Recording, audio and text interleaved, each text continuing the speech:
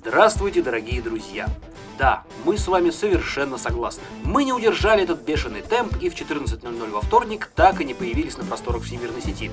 Причина? Мы очень ленивые, да и смотрят нас всего 20 человек. Куда спешить-то? Ну а если серьезно, то наша съемочная группа просто зарылась в монтаже документального фильма, посвященного прошлогоднему полету над Европой Николая Галкина и Михаила Баканова. А также мы продолжаем усиленно готовиться к погоне за солнцем. Но об этом чуть позже, а в этом выпуске вы увидите. Подробный рассказ Сергея Латыпова о Фиесте в Шатадо. Субъективное, но очень авторитетное мнение Ивана Григорьевича Меняйла. Очередной ответ на очередной вопрос и то, что в комментариях не нуждается.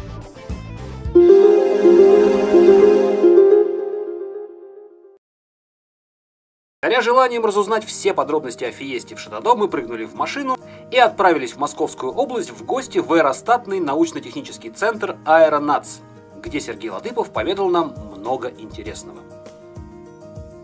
Когда началось современное воздухоплавание в мире, а это было порядка 40 лет назад, конец 60-х, начало 70-х, два друга, один из Шатадо, другой Дон Камерон, который мировой производитель аэростатов, они решили летать в горах, и один из друзей жил в Шатадо. И вот в этом году была 36-я встреча, вот на протяжении 36 лет там проводится зимнее мероприятие. Чем характеризовано, и это место, и чем оно замечательное? Тем, что оно находится в долине, эта долина широкая, она позволяет летать в ней.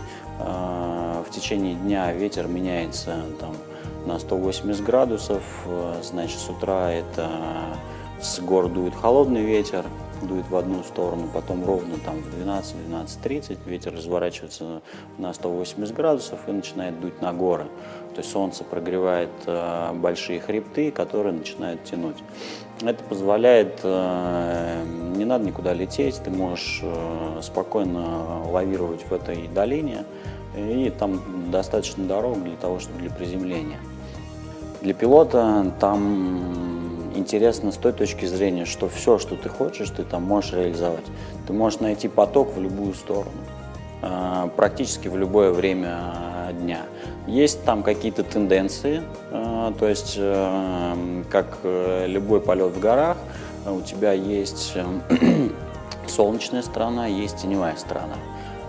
До активного прогрева, то есть так или иначе солнце низко, но оно работает всегда. Если склон подсвечивается, то он будет работать по правилам. Зная эти правила, ты можешь спокойно возвращаться на точку старта. То есть у нас один из полетов был прекраснейший. Мы улетели вниз по долине, отбомбили крест, полетали в том районе, потом спокойно вернулись на точку старта, попробовали зайти на шест, там не хватило буквально чуть-чуть, но было достаточно интересно. Такой интересный заход, мы минут 15 пытались на шест повесить кольцо, там было такое интересное упражнение, Парджимяни организовывал. Были очень близко, вся публика сопровождала взглядами все эти маневры. Не получилось, но получили удовольствие великолепное. И после этого спокойно улетели куда-то еще, поднялись наверх, полетали, спокойно сели. Все это было на расстоянии 5 километров. К нам в этом году к нам подходили и спрашивали: у вас опять новый шар? Да, у нас очень красивый шар. Александр Будко 2 года назад принял решение создать аэростат именно для полетов в горах. То есть это большой аэростат, 4000 кубометров. У нас на борту в стандартном комплектации до 400 литров газа. Эта конструкция позволяет спокойно летать 7 часов. То есть это идеальная система для полета в горах. А вообще у меня есть маленький бонус, так как я активно летаю в спорте. И в этом спорте, в мировом рейтинге даже фамилия не на последнем месте, поэтому при обсуждении с любыми организаторами любого мероприятия Есть всегда бонус, это мировой рейтинг, в который они могут заглянуть, посмотреть, что, в принципе, в России мы тоже умеем летать, мы нормальные пилоты. Здесь все настроено для того, чтобы люди получили красивую картинку. Именно люди, во-первых, это сами участники, они получают красивую картинку всегда, потому что любой полет в Шатадо – это безумство красок, это шары на фоне снега. А зрители приезжают со всей Швейцарии и получают действительно интересную картинку. То есть в первый день мероприятия посетило 7000 человек. На самом деле, наша беседа с Сергеем длилась намного дольше, и мы пообещали, что обязательно еще вернемся, чтобы снять в этих гостеприимных стенах целый специальный репортаж. Ну а пока двигаемся дальше.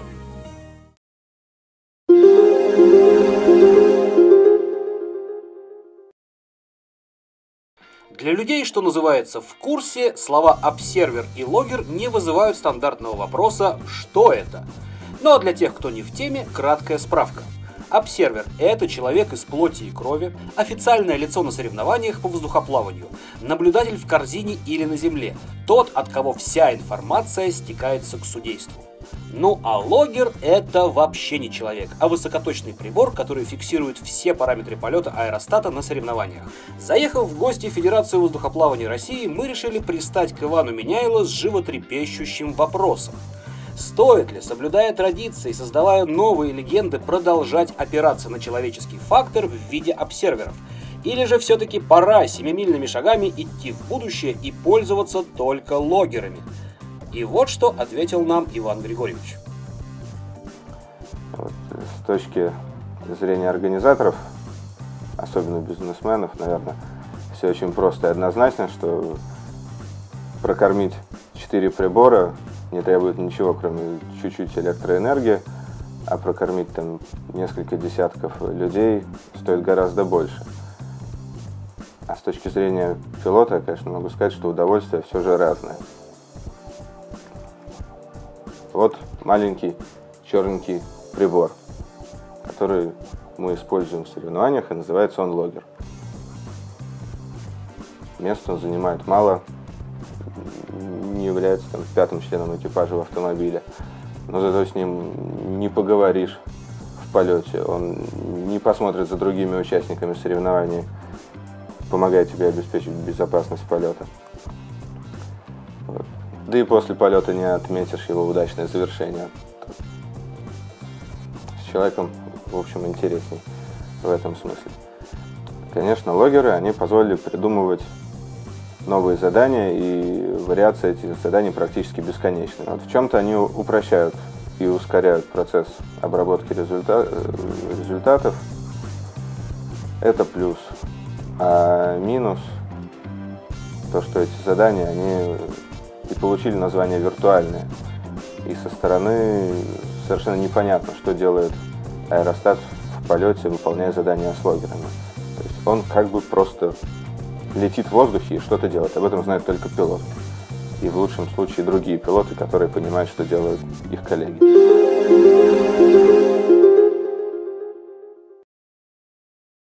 Кто сказал, что Чубаров скучный? Сейчас исправим. Так лучше? Ну, а сегодня вопрос такой. Если вы летом заказали романтический полет на воздушном шаре для своей второй половины, а она сказала, что ей удобно покататься в 2 часа дня, то не удивляйтесь, если пилот аэростата наотрез откажется взлетать в 14:00. Почему? Потому что это полет будет, мало того, что небезопасный, он будет на самом деле опасный. В дневное время от солнца происходит прогрев суши, и происходит он неравномерный прогрев, и появляются термические потоки, которые компенсировать управлением аэростата, подъемной силой аэростата мы не можем, так как максимально, что может аэростат делать вертикальное перемещение, это там 7 метров в секунду, это очень много. А тепловые вот эти вот пузыри, так называемые, воздух, которые поднимаются, перемещаются, они перемещаются порядка 20-25 метров в секунду. Поэтому это просто небезопасно. Шлепнуться со скоростью 15 метров в секунду в землю – это не здорово для полета. Поэтому мы летаем только утром и вечером, это летом. А зимой, когда снежный покров закрывает землю, прогрева такого нету, суши, поэтому можно летать днем. Поэтому если вам пилот отказал в 2 часа дня зимой, то он совершает ошибку. Зимой летать можно, летом нет.